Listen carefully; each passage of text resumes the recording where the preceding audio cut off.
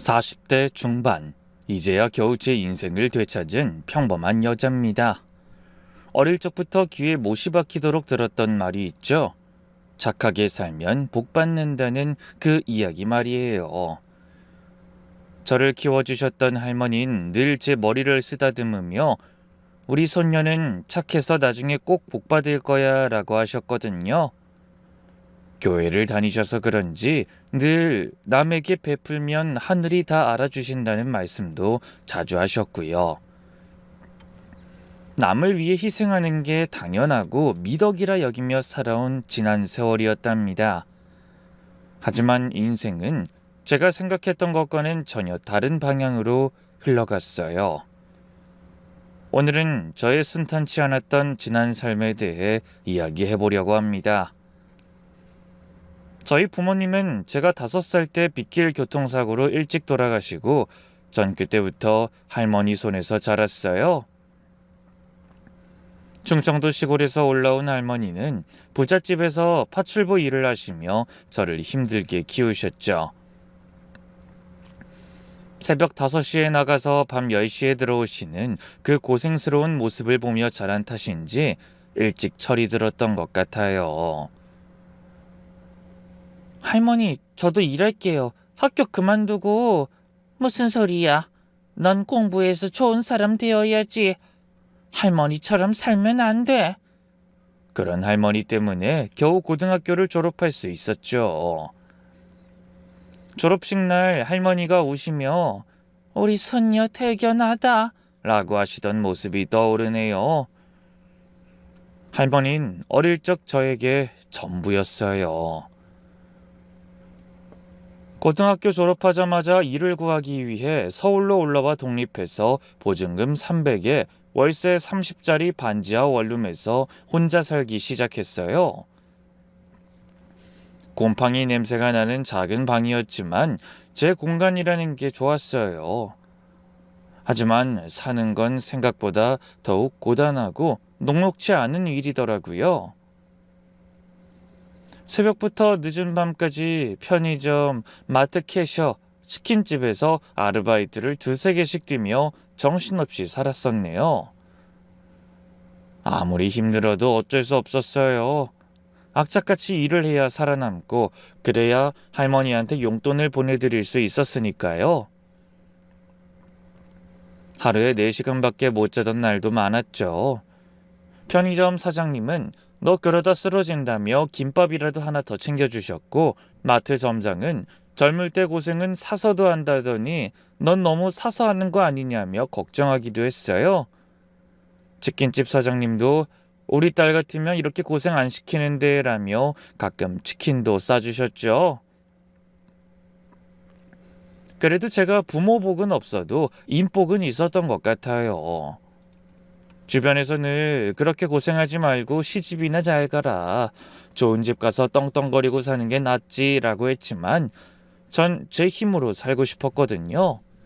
그래서 대학 간 친구들이 부럽기도 했지만 그렇게 되면 할머니께 손을 벌려야 하니 더 이상 부담드리기 싫어 포기했었죠.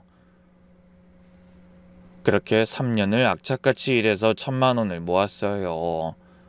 안 쓰고 악착같이 아끼는데도 자취하면서 돈을 모으는 게 여간 힘든 일이 아니었죠. 통장에 처음으로 1,000만 원이 찍혔을 때 그 뿌듯함이란 저는 그 돈으로 곧장 제과제빵 학원에 등록했어요. 학원비가 당시 100만 원이나 해서 통장에 찍힌 잔고가 줄어들 때마다 가슴이 아팠지만 투자라고 생각했어요. 학원에서 처음 빵을 만들던 날을 잊을 수 없어요. 밀가루 반죽이 제 손에서 부드러운 빵으로 변하는 그 과정이 신기했죠. 빵 굽는 냄새가 참 좋았고 제 손으로 무언가를 만든다는 게 뿌듯했답니다. 강사님은 손재주가 좋다, 센스가 있다, 빵집 차려도 되겠다라며 칭찬해 주셨어요. 같이 수업 듣던 아줌마들은 어린 나이에 대단하다며 응원해 주셨고요. 6개월 과정을 수료하고 자격증까지 따는 데 성공했죠. 제가 잘하는 일이 있다는 것에 자신감이 생기니 뭐든 해낼 수 있을 것 같았어요. 학원 수료 후엔 동네 작은 베이커리에 취직했어요. 빵을 만들기 위해 거기서도 새벽 출근은 기본이었죠. 겨울엔 칠흑 같은 어둠 속에서 출근해야 했고 영하의 날씨에도 뜨거운 오븐 앞에서 하루 종일 서 있어야 했던 그 시절. 첫날 제빵 기사님이 초보는 일단 보고 배워라라며 모든 잡일을 시키셨어요. 무거운 밀가루 포대 나르기, 설거지, 청소, 손에 물집이 잡히고 팔뚝엔 화상 자국이 하나둘 늘어갔지만 제가 만든 빵을 맛있게 먹는 손님들을 보면 피로가 싹 가시곤 했답니다. 그러다 25살 되던 해 봄이었습니다. 인생이란 건 순탄하다고 생각할 때 한 번씩 미끄러지는 것 같아요. 마치 처음 탄 자전거처럼요. 영원히 제 곁에 있을 것 같았던 할머니가 아프기 시작했습니다. 어느 날 찾아뵈니 할머니가 갑자기 같은 말을 반복하시고 집을 못 찾아오시는 일이 잦아진 거예요. 병원에 모시고 갔더니 치매 진단을 받으셨어요. 할머니, 저예요, 손녀. 손녀? 나한테 손녀가 있었나? 그 말에 가슴이 무너져 내렸지만 할머니는 우리 손녀 고생시키기 싫어서 라며 스스로 요양원행을 택하셨어요. 하지만 요양원비도 월 150만 원, 제 월급으론 버거웠지만 어떻게든 해내기로 했어요. 주말마다 빠짐없이 요양원을 찾아가 할머니를 간병하며 시간을 보냈어요. 맨 처음엔 가끔이라도 절 알아보시고 우리 예쁜 손녀 왔네 라고 반겨주셨는데 이후엔 점점 못 알아보시더라고요. 그래도 제가 만든 단팥빵을 드시며 좋아하셨어요. 이거 참 맛있네. 누가 만들었어? 제가 만들었어요, 할머니. 그래? 아이, 솜씨가 좋구나. 우리 손녀도 이런 거 잘 만들었는데 손녀가 보고 싶네. 그런 할머니를 보며 울컥했지만 꾹 참고 웃어드렸어요. 요양보호사분이 손녀신가 봐요. 매주 오시네요. 라고 하시면 네, 할머니가 키워주셨거든요. 라고 답했죠. 3년간 그렇게 할머니 곁을 지켰어요. 비오나 눈오나 한 번도 빠지지 않고 주말마다 찾아갔죠. 할머니 생신 때는 직접 케이크를 만들어 가기도 했고요. 그러다 어느덧 마지막 순간이 다가왔을 때 할머니는 잠깐 정신이 돌아오셨는지 제 손을 꼭 잡으며 말씀하셨어요. 고생 많았다. 미안하다. 우리 손녀, 이제 네 인생 살아. 할머니, 착하게 살면 복 받을 거야. 우리 손녀는 꼭 복 받을 거야. 그게 할머니의 마지막 말씀이었어요. 장례식장에서 혼자 엉엉 울며 할머니를 보내드렸죠. 그때의 경험이 훗날 제 운명을 바꾸리라고는 상상도 못했답니다. 그렇게 1년이 지난 때였어요. 퇴근 후 자주 가던 카페가 있었는데 거기서 늘 혼자 창가 자리에 앉아 책을 읽는 남자가 눈에 띄기 시작했죠.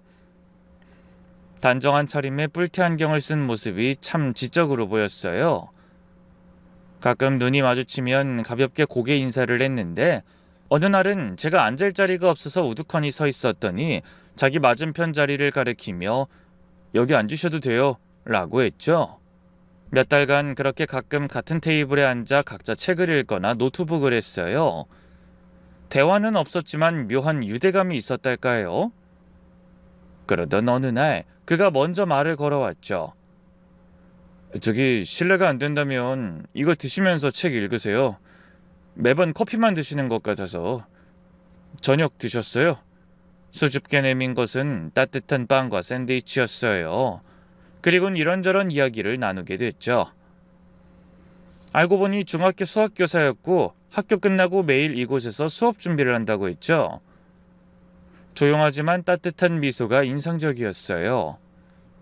그날부터 우리는 자연스럽게 대화를 나누기 시작했답니다. 빵집에서 일하신다고요? 저희 학교 앞에도 빵집 있는데 아이들이 참 좋아해요. 네, 그 새벽부터 일해서 힘들긴 하지만 보람 있어요. 대단하시네요. 전 아침에 일어나는 것도 힘든데 몇 시에 출근하세요? 새벽 4시요. 가꾼 빵을 아침에 내놓으려면 그 시간엔 시작해야 하거든요. 그의 이름은 정민수였고 32살이었어요. 사범대를 졸업하고 5년째 교사로 일하고 있다고 했죠. 아이들을 가르치는 일이 적성에 맞는다며 행복해하는 모습이 보기 좋았어요. 그러다 폭우가 쏟아지던 어느 날이었어요. 우산도 없이 카페를 나서려던 제게 그가 달려왔죠. 제 우산 쓰세요. 아니에요, 괜찮아요. 댁은 어떻게... 전 뛰어가면 되니까요. 이거 쓰고 가세요. 비 완전히 폭포수처럼 쏟아져요. 자기 우산을 제게 씌워주고 비를 맞으며 뛰어가던 그 모습에 어느 순간 마음이 움직였어요. 빗속을 뛰어가는 그의 뒷모습을 보며 참 좋은 사람이구나 생각했죠. 다음 날 우산을 돌려주러 갔더니 그가 명함을 건네며 말했어요. 연락 주시면 감사하겠습니다. 제가 그러니까 좀 더 알고 싶어서요. 부담스러우시면 그냥 없던 일로 전화할게요. 수줍은 그 말에 제가 먼저 전화를 걸었답니다. 그렇게 우리의 연애가 시작됐죠. 6개월간의 연애는 참 평화로웠답니다. 주말마다 데이트를 했는데 화려한 곳보다는 조용한 공원이나 도서관, 서점을 좋아하는 사람이었죠. 영화도 시끄러운 블록버스터보다는 조용한 독립영화를 좋아했고요. 그러던 중에 그의 부모님 얘기를 들었어요. 아버지는 회사 다니시고 어머니는 전업주부라고 했죠. 그 어머니가 좀 간섭이 있으신 편이에요. 외아들이라 그런지. 부모님은 다 그러시죠. 사랑하는 마음 때문에 그런 걸 거예요. 이해해 주셔서 감사해요. 지나보니 아차 싶긴 해요. 그때 좀 더 주의 깊게 들었어야 했는데 말이죠. 그러던 어느 봄날 그 사람이 제게 프로포즈했어요. 결혼해 주실래요?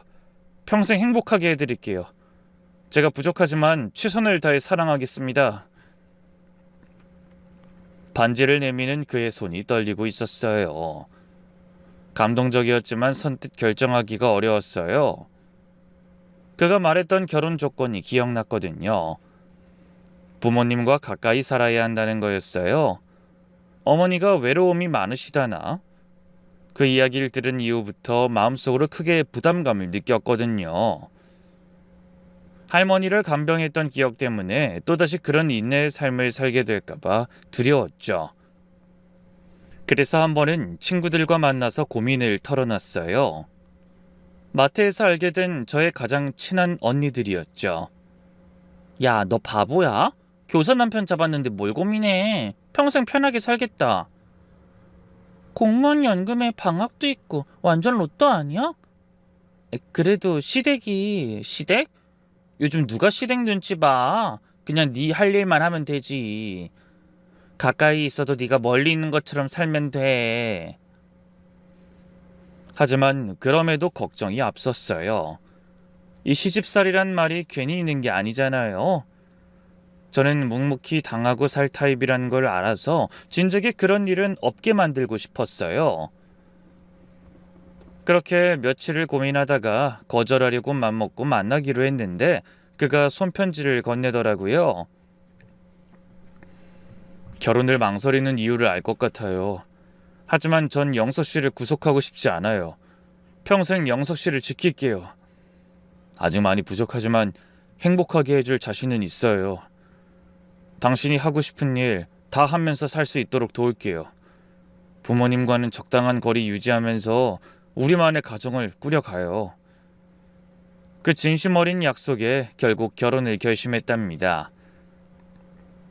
지금 생각해보면 그때 좀 더 신중했어야 해요. 그깟 손편지가 뭐라고. 결혼 전 시댁을 처음 방문했을 때를 아직도 생생히 기억해요. 강남의 아파트, 30평대 중반은 되어 보이는 집이었죠. 현관문을 열고 들어서니 고급스러운 원목 가구와 수입 벽지가 들어있었어요. 처음 만난 시아버지는 정말 온화하고 다정한 분이셨어요. 어서 와요. 우리 아들이 좋은 사람 만났다고 그렇게 자랑을 하더니 그 말이 맞는 것 같네. 아니에요, 아버님. 과분한 말씀이세요. 과분하긴. 우리 아들 잘 부탁해요. 이 녀석이 좀 밍숭맹숭하긴 해도 마음은 따뜻한 아이니까. 따뜻하게 제 손을 잡아주시던 그 손길이 참 포근했죠. 반면 시어머니는 처음부터 좀 그렇긴 했어요. 겉으론 상냥했지만 눈빛이 날카롭게 절 관찰하는 느낌이었거든요. 제 속까지 뚫어보는 느낌이랄까? 머리부터 발끝까지 훑어보시더니 이렇게 물으셨죠. 우리 아들보다 5살 어리다고 했나? 그렇게 안 보이긴 하네. 난 항상 우리 아들이 너무 순진해서 걱정인데 잘 챙겨줄 수 있겠어요? 야물딱진 며느리가 좋은데 난. 네? 네, 물론이죠. 집안일은 잘해요? 요리는? 우리 아들이 입이 좀 까다로워서 김치찌개도 맛있게 끓여야 먹거든요. 그 불편하고 의미심장한 질문들에 시아버지가 여보 무슨 말을 그렇게 해? 애가 긴장하잖아. 라며 말려주셨죠. 저녁 식사를 하면서도 시어머니의 질문은 계속됐어요. 마치 면접을 보는 것 같았죠. 친정 부모님은 뭐 하시나요? 돌아가셨습니다. 어릴 때요. 아, 그래요? 그럼 혼자 컸어요? 형제는? 할머니가 키워주셨는데 몇 년 전에 돌아가셨어요. 형제는 없고요. 그럼 정말 혼자네. 결혼식은 어떻게 할 생각이에요? 친정에서 준비할 사람도 없고. 그 순간 남편이 엄마 그만해. 우리가 알아서 할게. 라고 말려서 잠시 주춤했지만 시어머니의 표정은 영 탐탁지 않아 보였답니다. 혹시 집은 있어요? 전세라도? 월세 살고 있어요. 월세? 그럼 결혼하면 우리가 다 준비해야겠네. 아들 하나 있는 거 빚내서 결혼시키게 생겼네. 그 이야기를 듣던 시아버지가 당연히 우리가 해줘야지. 애가 혼자 얼마나 고생했는데 라고 해주셔서 마음이 녹긴 했어요. 그렇지만 시어머니 눈빛은 계산기를 두드리는 것 같았죠. 역시나 결혼 준비 과정도 쉽지 않았어요. 시어머니는 모든 걸 자기 마음대로 하려고 했거든요. 그래도 시댁에서 전세금을 내주고 혼수는 제가 모아둔 돈을 합쳐 준비하기로 했어요. 예단도 최소한으로 했고요. 시아버지는 요즘 세상에 무슨 예단이냐 라며 편들어 주셨지만 시어머니는 끝까지 서운한 티를 냈어요. 모른 척하느라 고생 좀 했었죠. 결혼식은 소박하게 했습니다. 제쪽 하객이 거의 없어서 썰렁했지만 그래도 지금까지 일하면서 만났던 빵집 사장들과 동료들, 마트 언니들이 와줘서 고마웠죠.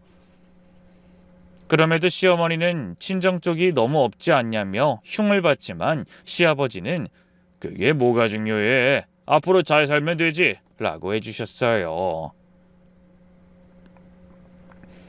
결혼 후 시댁 근처 아파트에서 신혼생활을 시작했어요. 처음 2달은 정말 평화로웠습니다. 남편은 약속대로 제게 잘해줬고 저도 마음껏 행복을 누렸어요. 아침마다 도시락을 싸주고 저녁엔 같이 산책하고 주말엔 영화도 보고 평범하지만 소소한 행복이었죠. 하지만 하나뿐인 외동아들이라는 이유로 시어머니의 집착은 제가 생각했던 것보다 상상 이상이었어요. 처음엔 일주일에 1번 정도 오시더니 도시락 반찬 해왔어, 김치 담가왔어 하면서 점점 횟수가 늘어났죠. 급기야 일주일에 3~4번씩 들르시며 이런저런 도움을 준다는 명목으로 이것저것 간섭하기 시작했거든요. 냉장고가 왜 이렇게 텅 비었어? 우리 아들 뭐 먹고 살아? 장 봐놨는데요, 어머니. 여기 반찬도 있고. 이것만? 에휴, 내가 반찬 좀 해다 줄게. 그리고 국은 이렇게 끓이는 게 아니야. 우리 아들이 좋아하는 건 김치찌개지 된장국이 아니라고. 민수 씨가 된장국 좋아한다고 해서 한 거예요. 아니 뭘 몰라서 그래. 걔는 찌개를 더 좋아해. 내가 30년 넘게 키운 아들인데 그걸 모를 것 같아? 네가 더 잘 알겠니? 내가 더 잘 알겠니? 그 까탈스러운 말투와 눈빛, 아마 죽을 때까지 잊지 못할 거예요.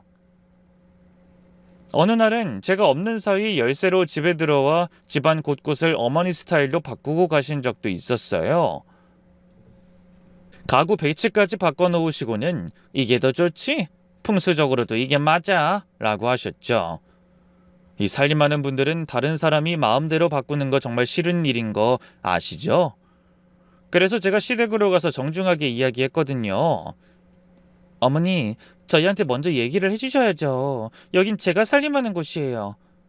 뭘 그런 걸 가지고? 아니 도와주려고 한 건데 서운하게 말한다 너? 그러자 옆에서 듣던 시아버지가 제 편을 들어주면서 여보 애들 힘들게 하지 마. 왜 자꾸 참견을 해? 자기들끼리 잘 살게 놔둬. 라며 시모를 말리셨어요. 그런데도 이젠 시모도 지지 않더라고요. 아니 도와주러 한 건데 왜 그래요? 도움이 아니라 간섭이잖아.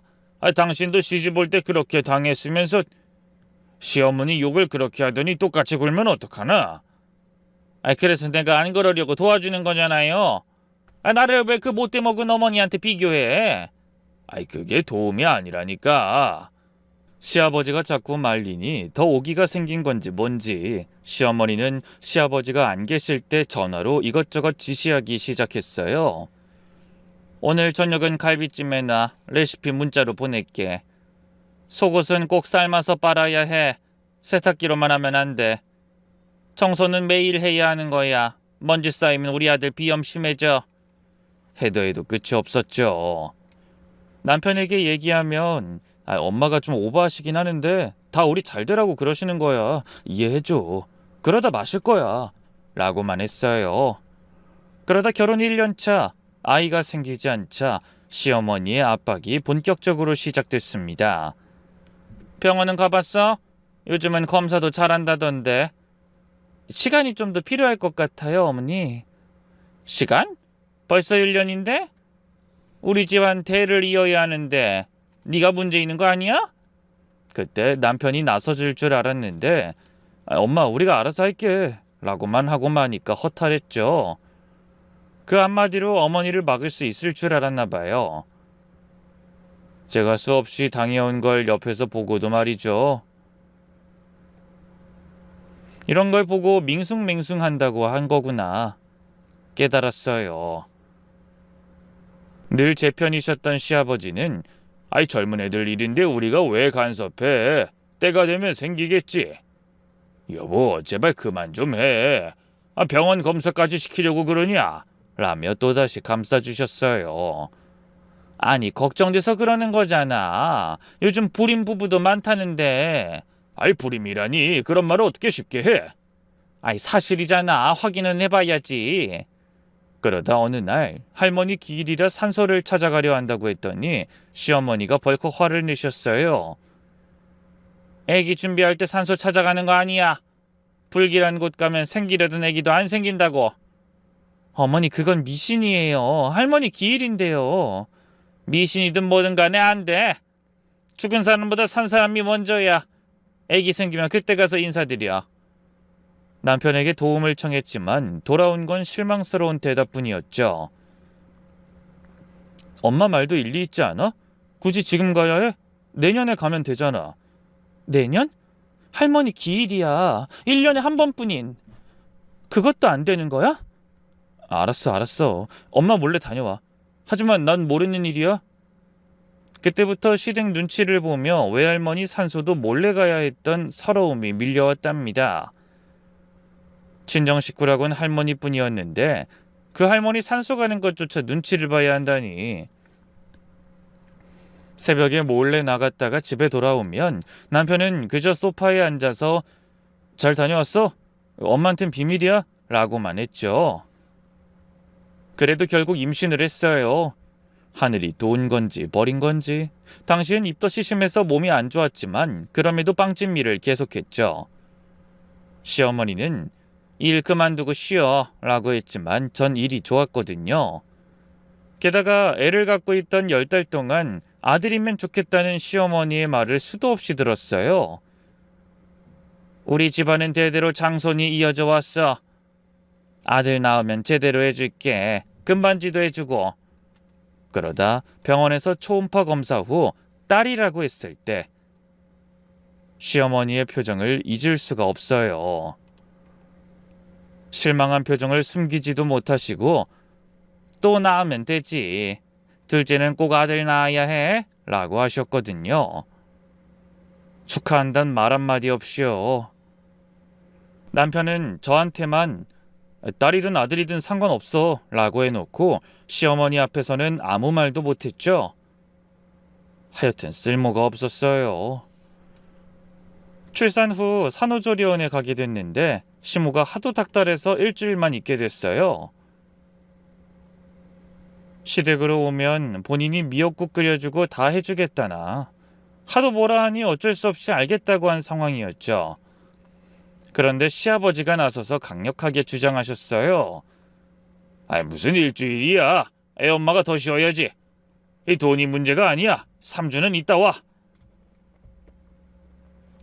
내가 그만큼 다 해준다니까. 돈 때문에 그런 게 아니라 그게 비효율적이어서 그런 거야. 안 돼. 우리 며느리가 고생했는데 푹 쉬고 와야지. 여보, 이것만큼은 내 말 들어. 애 엄마가 건강해야 애도 건강한 거야. 시어머니는 못마땅한 표정이었지만 결국 시아버지 고집을 꺾지 못했죠. 아유, 고지식한 양반. 그 돈이면 아기용품을 더 좋은 걸로. 돈 얘기 그만해. 우리 손녀 엄마가 더 중요해. 하지만 산후조리원에서도 매일 전화가 왔어요. 오늘 젖은 잘 나와? 그 분유 먹이지 말고 모유 먹여야 해. 딸 낳았으니 다음엔 꼭 아들 낳아야 해. 아들이 있어야 대를 잇지. 딸도 예쁘긴 한데 그래도 아들이 있어야 든든해. 그래서 나중엔 그냥 핸드폰을 꺼두고 지냈어요. 시아버지는 저희 딸을 처음 안았을 때 우리 공주님이 왔네. 우리 아들이랑 며느리 닮아서 이렇게 예쁜가? 세상에서 제일 예쁜 우리 손녀! 라며 정말 기뻐하셨는데 시어머니와는 온도차가 확실했죠. 손녀든 손자든 건강하게만 태어나면 됐지. 무슨 아들 타령이야. 여보, 정신 좀 차려. 그래도 아들은 있어야지. 우리 성을 가진 남자아이 말이야. 그만. 당신은 우리 성도 아니면서 왜 이렇게 성을 가져? 우리 예쁜 손녀 앞에서 무슨 말이야? 이 할머니는 왜 이래? 딸이 돌을 지나고 얼마 안 됐을 때였어요. 할머니 기일이 다시 다가왔죠. 작년엔 혼자 몰래 갔지만 이번엔 아이가 있어 남편과 함께 꼭 가기로 약속했거든요. 이번엔 꼭 같이 갈게. 장모님한테 인사도 드려야지. 우리 딸도 데리고 가서 인사시켜야지. 정말? 고마워. 당연한 거지. 작년에 못 가서 사실 미안했어. 그런데 그날 아침 남편이 멋쩍게 말하더라고요. 미안. 오늘 갑자기 회식이 잡혔어. 교장 선생님 정년 퇴임 송별회래. 오늘 할머니 기일이야. 어제까지도 같이 가기로 했잖아. 갑자기 왜 이래? 알아. 정말 미안해. 교장 선생님 송별회를 빠질 수가 없어서. 우리 일이 걸린 문제잖아. 다음에, 내년엔 꼭 갈게. 그렇게 답답한 남편을 두고 저 혼자 딸을 데리고 산소에 다녀왔어요. 할머니 산소 앞에서 할머니, 이제 혼자 올 수밖에 없나 봐요. 차라리 아예 혼자가 되면 좋을 텐데 라고 하소연하며 울었죠. 그 와중에 밤늦게 술에 취해 들어온 남편은 미안, 깜빡했어.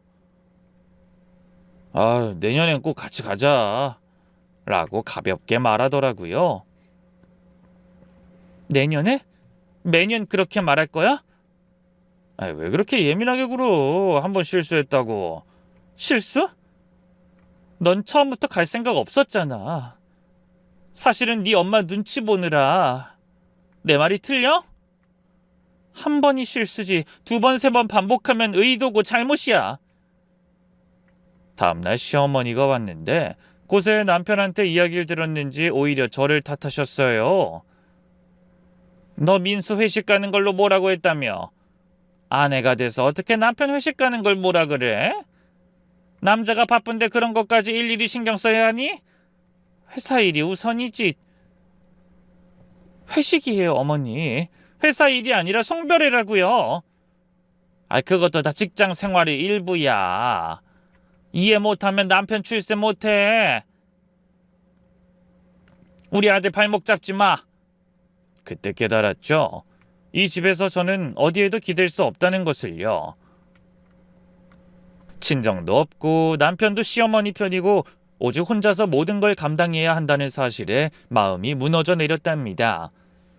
그런데 이 모든 게 시작에 불과했어요. 제 생에 정말 큰일이 벌어졌거든요. 딸이 2살이 되던 해 가을 주말 오후였어요. 그날따라 유난히 바람이 차갑게 불던 날이었죠. 시어머니가 오랜만에 집에 와서 이것저것 참견하고 가셨어요. 냉장고 문을 벌컥 열어보시더니 한숨을 푹 쉬시며 잔소리를 시작하셨죠. 그때였어요. 거실에서 TV를 보시던 시아버지가 갑자기 이상한 소리를 내셨죠. 처음엔 기침하시는 줄 알았는데 뭔가 달랐어요. 여보? 여보 왜 그래? 아버지, 괜찮으세요? 아버지! 시아버지가 소파에서 미끄러지듯 쓰러지셨어요. 온몸이 경직되면서 얼굴이 새파랗게 질려갔고 입에서는 하얀 거품이 나왔죠. 한쪽 팔이 축 늘어져 있었고 다리도 전혀 움직이지 않았어요. 눈은 반쯤 감겨 있었는데 초점이 없었고요. 시어머니는 그 모습을 보고 비명을 지르며 어떻게 여보 정신 차려요 라고만 반복할 뿐 아무것도 못하셨어요. 손은 부들부들 떨리고 있었고 휴대폰을 꺼내려다가 떨어뜨리기를 반복했죠. 어머니 119 불러요. 빨리 지금 당장. 어떻게 전화번호가 뭐더라? 112? 아니 119? 119요. 아니 제가 할게요. 어머니는 아버지 옆에 계세요. 제가 직접 119에 전화하면서 동시에 시아버지를 옆으로 눕혔어요. 할머니를 간병하면서 배운 응급처치법이 이럴 때 정말 도움이 되더라고요.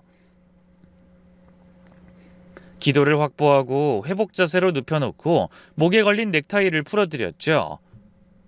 꽉 조이는 벨트도 풀어드리고 구토를 대비해 고개를 옆으로 돌려놨어요.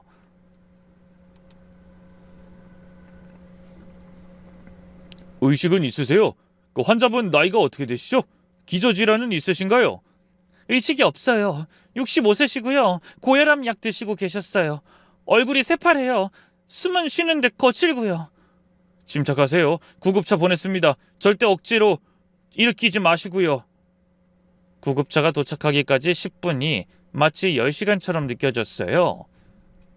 딸은 갑작스러운 상황에 놀라서 할아버지 왜 그래? 할아버지 아파? 하며 울기 시작했고 시어머니는 계속 어떡해? 우리 남편 이러다 죽으면 어떡해? 라고만 반복하며 제대로 도움도 안 되는 심폐소생술을 하려고 하셨죠. 어머니 그러시면 안 돼요. 숨은 쉬고 계시니까 가슴 누르면 더 위험해요. 그럼 뭘 해야 돼? 가만히 있으면 죽을 것 같은데. 병원에 도착하자마자 의사 선생님이 급히 CT를 찍고 오셨어요. 표정이 매우 심각했죠. 보호자분 이리 오세요. 뇌졸중입니다. 정확히는 뇌경색인데 중요 시기를 놓쳐서 상태가 매우 위중이에요. 뇌의 상당 부분이 이미 손상됐습니다. 살 수 있는 거죠? 수술하면 되는 거죠? 생명은 건졌지만 의식을 찾기는 어려울 것 같습니다. 설령 깨어나신다고 해도 정상적인 생활은 불가능할 거예요. 언어장애, 운동장애, 인지장애가 모두 올 가능성이 높습니다. 시어머니는 그제야 현실을 깨달은 듯 울기 시작했어요. 하지만 그것도 잠시, 이내 현실적인 걱정으로 바뀌었죠. 치료비가 얼마나 들까? 중환자실은 하루에 얼마야? 보험은 들어놨나? 실비보험은? 특약은 뭐가 있더라? 어머니 지금 그게 중요해요? 아버님이 생사를 오가는데 중요하지. 돈이 없으면 치료도 못 받아. 중환자실 하루가 얼마인지는 알아? 100만 원이 넘어. 한 달이면 3천만 원이야.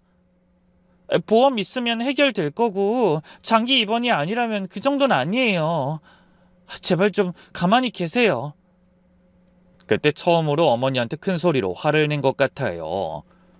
소식을 들은 남편도 학교에서 급히 왔는데 창백한 얼굴로 아버지를 보자마자 어떻게 이런 일이, 아침에도 괜찮으셨는데 라며 멍하니 서 있기만 했어요. 현실감이 없는 표정이었죠. 그렇게 중환자실에서 한 달을 보냈어요. 그동안 저는 정말 미친 듯이 뛰어다녔죠. 아침 9시에 딸을 유치원에 맡기고 병원 가서 오후 3시까지 있다가 딸 데리러 가서 저녁 먹이고 재우고 다시 밤 9시에 병원 가는 생활이었어요. 중환자실은 면회 시간이 정해져 있었지만 의사 선생님 회진이나 검사 때마다 가야 했거든요. 시어머니는 처음 일주일은 매일 왔어요. 우리 영감, 불쌍한 내 남편 하면서 눈물도 흘리셨죠. 하지만 점점 뜸해지더니 둘째 주부터는 이틀에 한 번, 셋째 주부터는 일주일에 한두 번만 왔어요. 아유, 병원 냄새가 너무 싫어. 머리 아파오고 속도 울렁거려.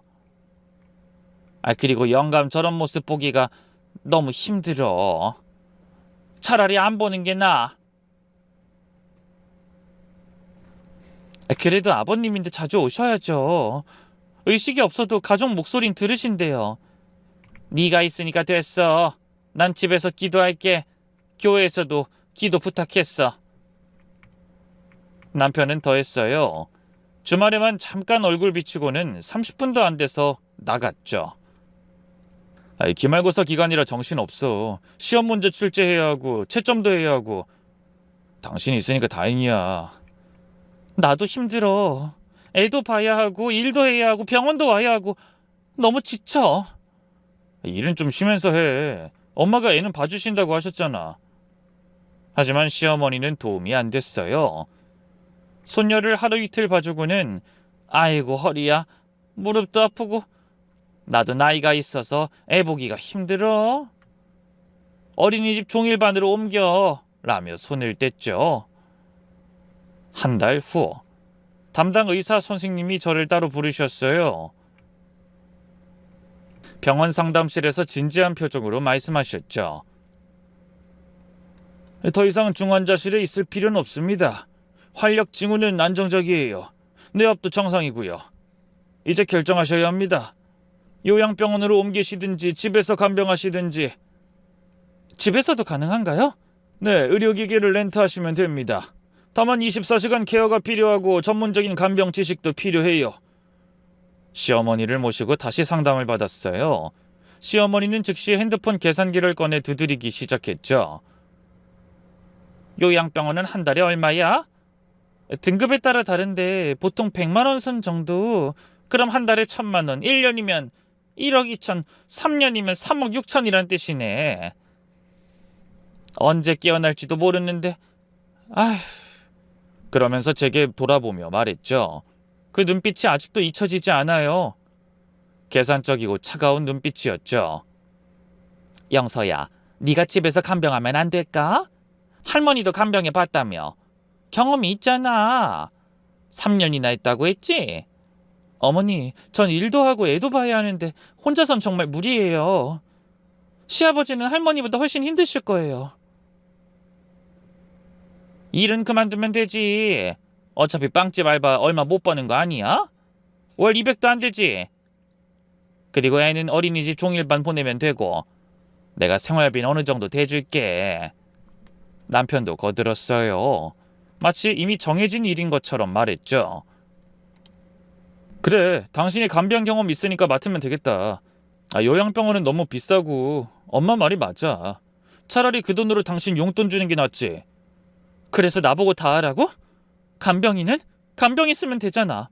간병인도 비싸잖아. 하루 10만 원씩, 한 달이면 300만 원이야. 요양병원이랑 똑같아. 시어머니가 결정적인 한마디를 했어요. 그 말이 모든 걸 결정했죠. 우리가 부자도 아니고 며느리가 있는데 뭐하러 남한테 돈을 줘. 가족이 돌보는 게 최고야. 결국 제 동의 없이 둘이 합심해서 집으로 시아버지를 모셔왔어요. 저희도 시댁으로 들어가게 됐죠. 집이 커서 여유롭긴 했지만 어머니와 한 집에서 사는 건 정말이지 끔찍했어요. 시아버지의 서재를 완전히 개조해서 병실처럼 만들었어요. 의료용 전동 침대를 렌트하고 산소호흡기, 석션기, 펌프, 욕창 방지 에어 매트리스, 휠체어, 이동식 변기. 집이 완전히 작은 병원처럼 변했어요. 거실 한쪽 벽면은 약품과 의료용품이 산더미처럼 쌓였죠. 도저히 자신이 없어 간병인을 쓰자고 다시 한번 부탁했지만 시어머니가 펄쩍 뛰었어요. 간병인? 그것도 한 달에 200만 원 넘어. 남의 손에 우리 집 사람 맡길 순 없어. 더러운 손으로 만지면 어떻게 해? 가족이 해야지. 효도는 며느리가 하는 거야. 옛날부터 그랬어. 가족이요? 그럼 어머니도 같이 하실 거죠? 난 나이가 있어서 못해. 허리도 아프고 혈압도 있고 당뇨도 있고. 네가 젊으니까 할 수 있잖아. 30대가 뭘 못해. 나 때는 시부모 둘 다 모시고 살았어. 내가 옆에 있긴 할게.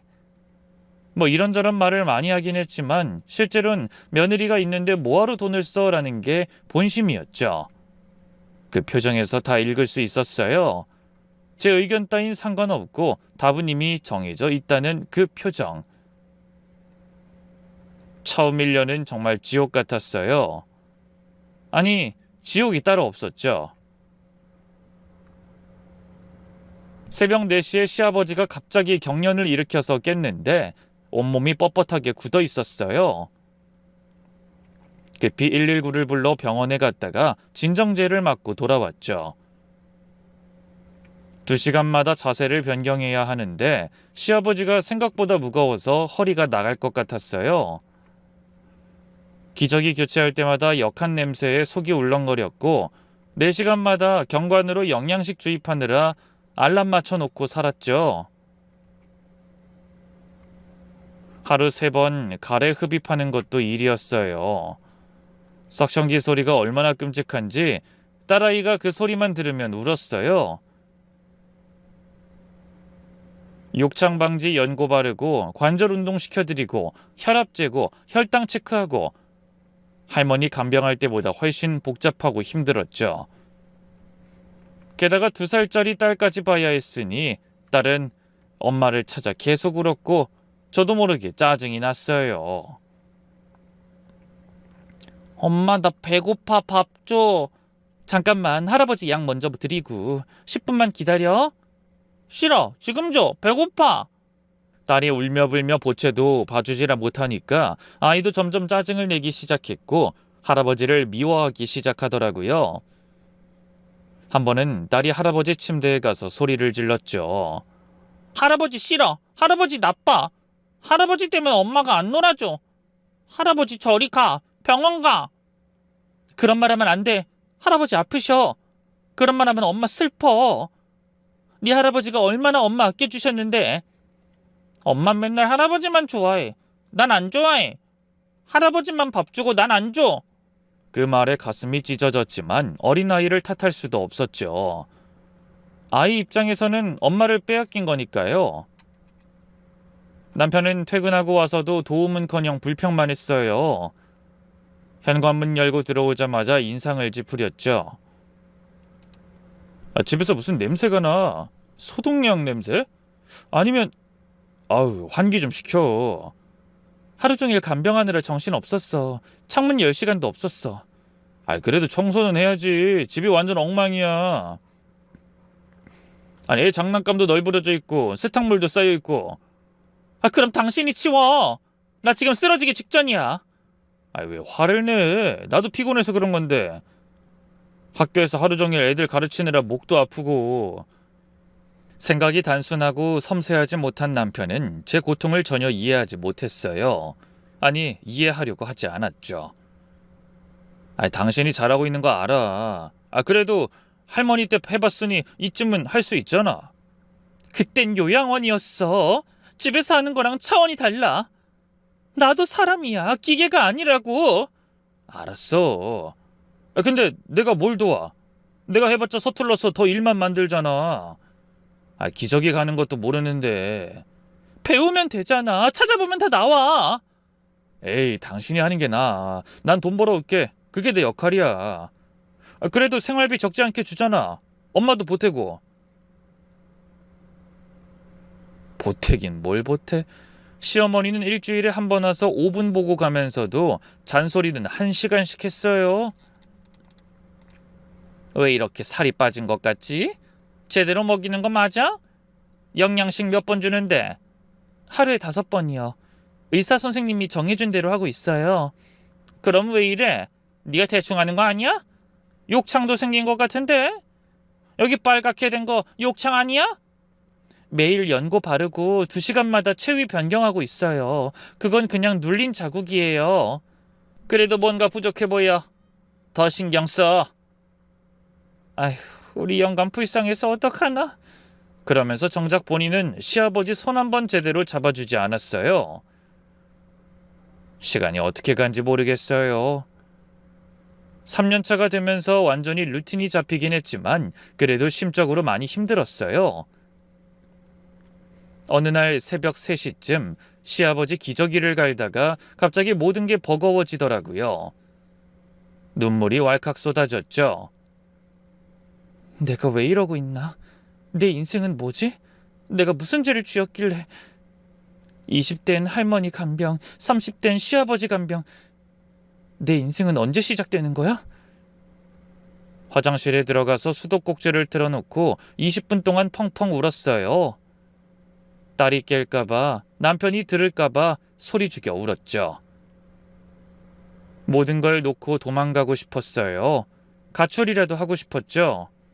하지만 갈 곳도 없었어요. 친정도 없고 돈도 없고 무엇보다 딸이 있었으니까요. 그리고 막상 나가려고 하니 누워 계신 시아버지가 너무 불쌍했어요. 시아버진 죄가 없잖아.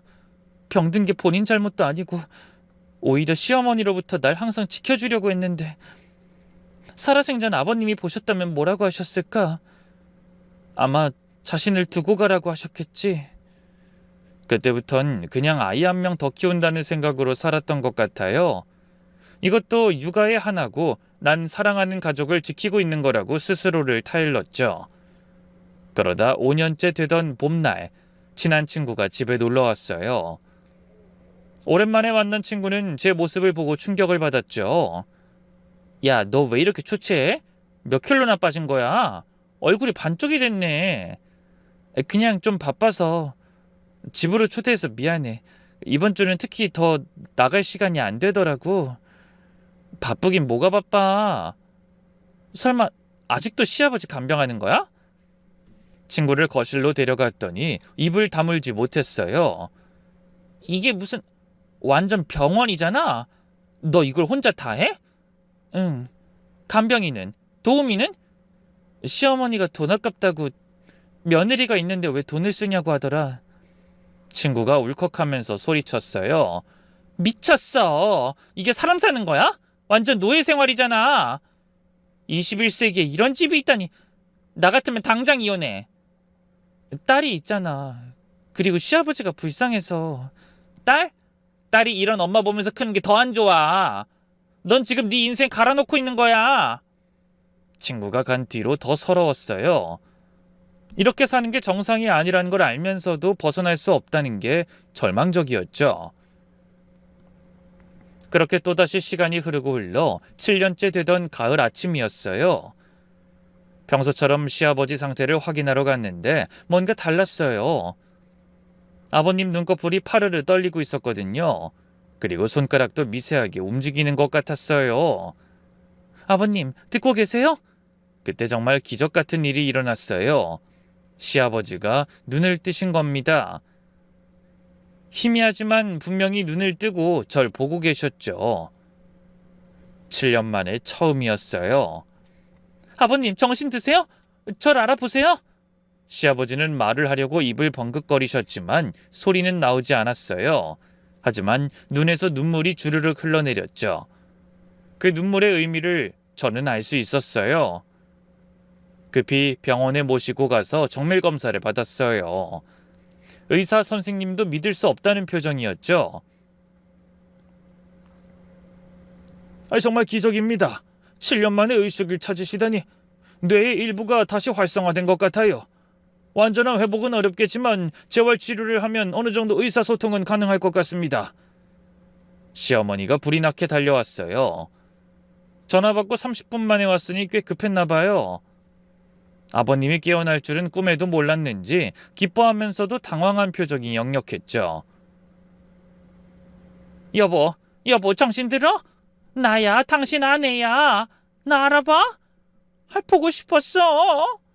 시아버지는 시어머니를 차갑게 바라보시다가 천천히 고개를 돌리셨어요. 어떤 의미인지 알 수 없었죠.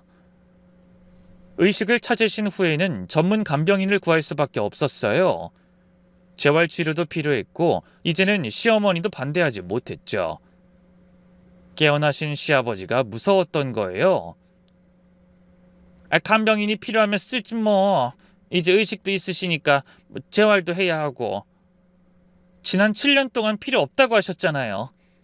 그때랑 지금이 다르지. 그땐 의식이 없었잖아. 새로운 간병인 김 아주머니는 50대 후반의 베테랑이었어요. 20년 넘게 간병 일을 하신 분이었죠. 제 상황을 듣고는 혀를 끌끌 차며 놀라셨어요. 아이고 세상에, 7년을 혼자 간병하셨다고요? 간병인도 없이? 도우미도 없이?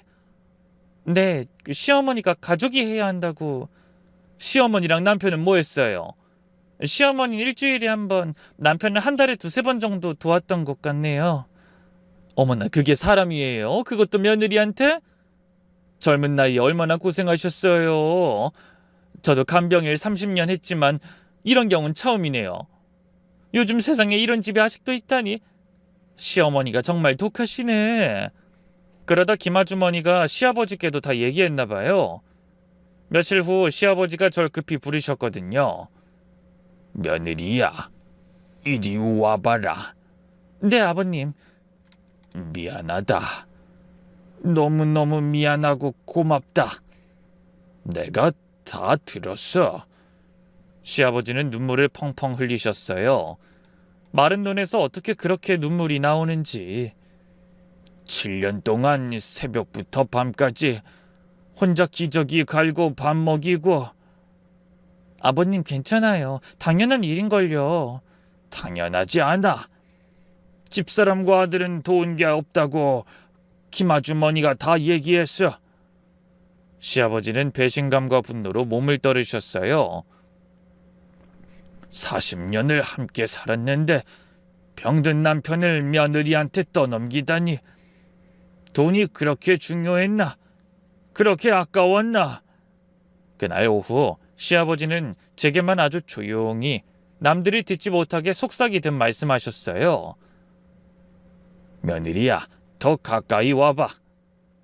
네, 아버님. 내가 보답할게. 유산을 네게 다 줄게. 아버님, 무슨 말씀을... 전 바라고 한 게 아니에요. 알아. 그래서 더 주고 싶어. 변호사 부르게 해주렴. 아내하고 아들 절대 모르게 비밀로. 다음 주 시아버지는 정말로 변호사를 부르셨어요. 남편은 출근하고 시어머니가 친척 기일이라고 교회에 간 날을 일부러 골랐어요. 약속한 시간에 점잖은 변호사님이 오셨는데 알고 보니 시아버지 대학 동창이자 40년 지기 친구였대요. 이렇게 오래 누워있는 줄 몰랐네. 얼마나 됐어? 7년. 이제 막 깨어났어. 연락도 없어서 궁금했는데 그런 거였군. 그래, 친구, 무슨 일로 불렀나? 시아버지가 단도직입적으로 말씀하셨어요. 유언장 작성하려고. 정신 온전할 때 해야지. 변호사님이 먼저 법적 절차를 설명하셨어요. 먼저 정신이 온전하신지 확인해야 돼. 나중에 법적 다툼이 없도록. 오늘이 몇 년 몇 월 며칠인지 아십니까? 본인 이름과 생년월일은? 시아버지가 똑바로 대답했어요. 저는 유언장 작성 과정을 옆에서 지켜봤어요. 시아버지는 놀라울 정도로 또렷한 목소리로 말씀하셨죠. 제 전 재산을 며느리 김영서에게 유증합니다. 아내와 아들에겐 유류분도 주지 않겠습니다. 변호사님이 깜짝 놀라셨어요. 아니 뭐라고? 유류분도 안 준다고? 그건 법적으로... 친구야, 잘 들어. 7년간 간병, 방치, 그것도 며느리한테 떠넘긴 거. 유류분 박탈, 사유 충분해. 아이 글쎄, 나중에 소송이 있을 수 있는데 내 재산 내가 주고 싶은 사람한테 주는 거야. 자네가 막아줘. 그러면서 시아버지가 충격적인 금액을 말씀하셨어요. 재산이 한 50억 정도 돼. 전 깜짝 놀라서 말이 안 나왔어요. 변호사님도 놀라셨죠. 50억? 그 정도 재산이 있는데 간병인도 안 쓰고 며느리한테만? 아내는 내가 유산을 갖고 있다는 걸 알지만 자기 돈을 쓰는 게 아까웠겠지. 며느리야, 이건 꼭 아내와 아들에게 비밀로 해야 한다. 그렇게 아버님은 유언을 남기셨죠. 저는 그 사실을 시댁에게 말할까 고민하다가 말하지 않았어요. 아버님 말씀 따라 우선 비밀로 해둔 거였죠. 간병 9년 차가 되면서 시아버지는 점점 더 많은 말씀을 하실 수 있게 됐어요. 언어 치료와 물리 치료의 효과도 있었지만 무엇보다 강한 의지가 생기신 것 같았죠. 어느 날 저녁 시아버지가 옛날 이야기를 들려주셨어요. 내가 처음 회사 창업했을 때 아무것도 없었어. 네, 들었어요. 대단하셨어요. 전자부품 회사였는데 친구들이랑 시작했지. 밤낮 없이 일했어. 시아버지는 1980년대 말 대학 동창 셋이서 작은 전자부품 회사를 창업하셨대요. IMF도 견뎌내고 2000년대 들어 크게 성장해서 코스닥 상장까지 했다고 하셨죠. 10년 전 은퇴하면서 지분 정리했어. 현금으로 30억 받았지. 30억이요? 그때 그거 가지고 부동산 주식 투자했더니 지금 50억 넘어. 시어머니는 그동안 계속 우리가 부자도 아니고 돈이 없어서 이런 말을 하면서 간병인 월급 200만 원도 아까워했는데 50억이나 있었다니. 아내는 정확한 금액 몰라. 통장, 증권 다 내 이름, 재산이 있단 것만 알지. 시아버지는 하나하나 자세히 설명해 주셨어요. 어느 은행에 얼마, 어느 증권사에 얼마. 아내는 변했어. 처음엔 안 그랬는데. 그러다 간병 10년 차가 되던 해 봄이었어요. 여전히 시모와 남편은 아버님 일에 관심이 없었어요. 의례적으로 인사를 하고 말은 걸었지만 그뿐이었죠. 아버님이 받아주지 않기도 하셨지만요. 벚꽃이 만개한 4월의 어느 화창한 날이었죠. 시아버지는 그날따라 기분이 좋아 보이셨어요. 오늘 날씨 참 좋네. 네, 아버님. 창문 열어드릴까요? 꽃향기도 나요. 그래, 봄 냄새 맡고 싶어. 점심약을 드시고 나서 시아버지가 제 손을 잡으셨어요. 며느리야, 오늘 기분이 이상해. 어디 아프세요? 의사 선생님 부를까요? 아니, 안 아파. 오히려 너무 편하네. 평화로워. 그러다 오후 3시쯤이었어요. 시아버지가 갑자기 숨을 크게 들이쉬시더니 헐떡이기 시작했어요. 아버님 괜찮으세요? 그리고는 의식을 잃으셨어요. 급히 119를 불러 병원으로 갔죠. 의사 선생님이 CT 결과를 들고 나오셨을 때 표정이 어두웠어요. 뇌출혈이 다시 왔습니다. 이번엔 범위가 너무 넓어서 수술도 의미가 없을 것 같습니다. 시어머니와 남편도 급히 왔지만 이미 손쓸 수 없는 상황이었죠. 그날 밤 11시 시아버지는 마지막으로 잠깐 의식을 찾으셨어요. 희미한 목소리로 제 이름을 부르셨죠. 며느리야. 네, 아버님. 제가 여기 있어요. 손잡고 있어요. 변호사 꼭 연락해. 내 말 기억해. 절대 속지 마. 너는 꼭 행복해야 해. 마지막 힘을 다해 제 손을 꼭 잡으시며 말씀하셨어요. 고맙다. 정말 고맙다.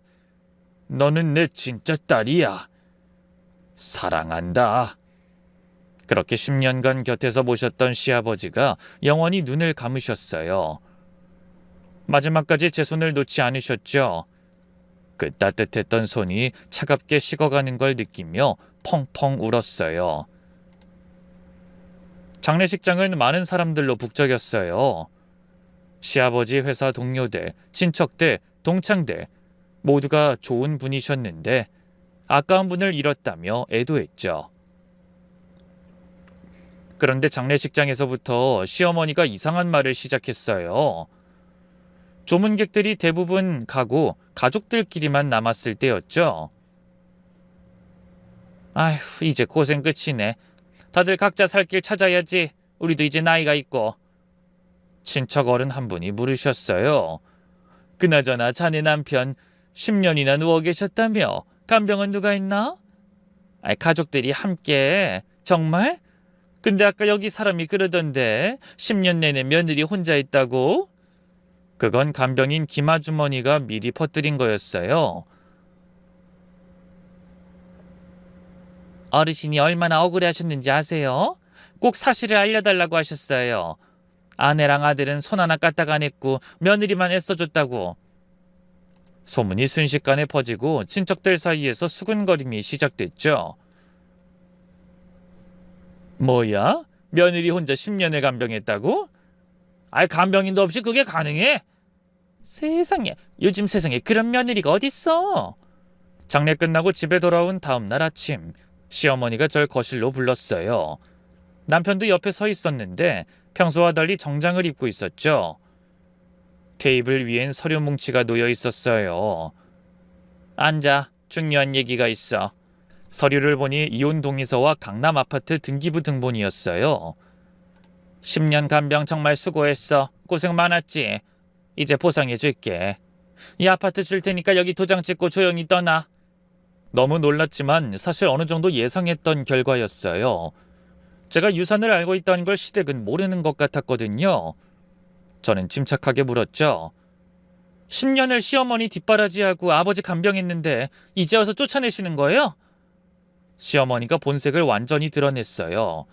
그 차가운 눈빛이 섬뜩했죠. 강남 아파트면 10억은 넘어. 10년 간병비로 충분하지 않아? 그래서 절 버리시는 거예요? 버리는 게 아니라 정당한 대가를 주는 거지. 솔직히 너랑 우리 아들이 잘 맞는 것 같지도 않고.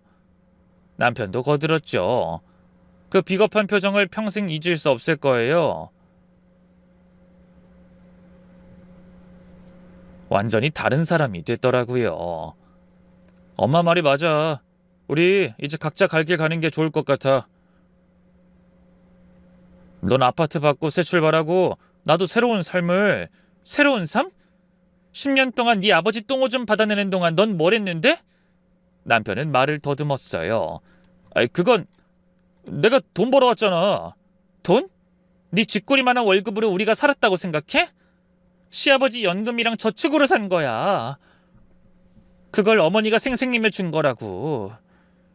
무능한 데다 뻔뻔하고 더러운 인간. 짐승도 너처럼은 안 살아. 그 무능하고 비겁한 모습에 역겨움을 느꼈어요. 하지만 겉으론 침착함을 유지했죠. 우선 생각해보고 연락드릴게요. 생각은 무슨? 지금 당장 도장 찍어. 변호사 부르기 전에. 시어머니가 갑자기 다급해졌어요. 뭔가 숨기는 게 있다는 직감이 들었죠. 그날 밤 시아버지가 주신 변호사 명함을 꺼냈어요. 떨리는 손으로 전화를 걸었죠. 기다리고 있었습니다. 내일 아침 일찍 오실 수 있으세요? 시어머니가 알기 전에 처리해야 할 일이 있습니다. 다음날 새벽, 남편이 출근하고 시어머니가 외출한 사이에 변호사 사무실을 찾았어요. 변호사님이 직접 마중 나오셨거든요. 이제 중요한 얘기 해야겠네요. 변호사님이 두꺼운 서류철을 꺼내셨어요. 시아버지께서 모든 재산을 부인께 유증하셨었죠. 공증까지 완료된 완벽한 유언장입니다. 총 50억 규모입니다. 그리고 여기 더 중요한 게 있습니다. 변호사님이 다른 서류를 보여주셨어요. 시아버지께서 생전에 10년 간병에 대한 일지를 쓰라고 하셨죠? 네, 매일 썼어요. 그게 결정적 증거가 됩니다. 그리고 시어머니가 주겠다고 약속한 그 강남 아파트, 제가 등기부등본 조사해 봤는데 변호사님이 노트북을 돌려 보여주셨어요. 전세 보증금 5억에 은행 대출 3억, 그리고 제2금융권 대출까지 끼어 있어서 실제 가치는 마이너스예요. 게다가 전세 계약이 곧 만료되는데 보증금 돌려줄 돈도 없는 상황이었고요. 완전한 깡통 물건입니다. 그럼 그들이 저한텐 빚덩이를 주고, 네, 진짜 유산은 독차지하려 한 거죠. 명백한 사기입니다. 형사고소 가능해요. 전 이제 복수를 시작해야겠다는 마음으로 어머님에게 전화를 했죠. 어머님, 저 이혼할게요. 그리고 곧 어머님한테 연락갈 거예요. 제 변호사 통해서요. 뭐? 변호사? 너 지금 무슨 말하는 거야? 아버님이 저에게 모든 유산을 남기셨거든요. 놀란 시어머니가 발을 동동 구르며 소리쳤어요. 거짓말! 그럴 리 없어. 내 남편 재산은 내 거야. 유언장도 있고 공증도 받았대요. 그리고 어머니가 주려던 그 아파트 깡통이던데요? 시어머니가 본성을 완전히 드러냈어요. 너 같은 년이 감히 10년 먹여 살려줬더니 이렇게 배신해? 먹여 살려줬다고요? 제가 10년 동안 공짜 간병인 노릇했는데 그래서 아파트 주려고 했잖아. 빚덩이 아파트로 사기치려고 했으면서요? 더 이상 긴 말 안 할게요. 재판장에서 봬요. 저는 곧바로 이혼 소송과 사기죄 고소를 동시에 진행했어요. 변호사님이 준비한 자료는 완벽했죠. 10년간의 간병 일지, 병원 진료 기록, 약국 영수증, 그리고 시어머니가 간병인 고용을 막은 녹취록까지. 재판까지 갔는데도 시어머니는 끝까지 발악했어요. 그래도 내 남편 재산인데 유언장이 뭐가 중요해? 법적으로 유효합니다. 그리고 부인, 사기죄도 추가됐습니다. 재판 결과는 제 완승이었어요. 시아버지 유산 50억은 유언장대로 제가 모두 받게 됐고 시어머니는 사기죄로 벌금과 집행유예를 선고받았죠.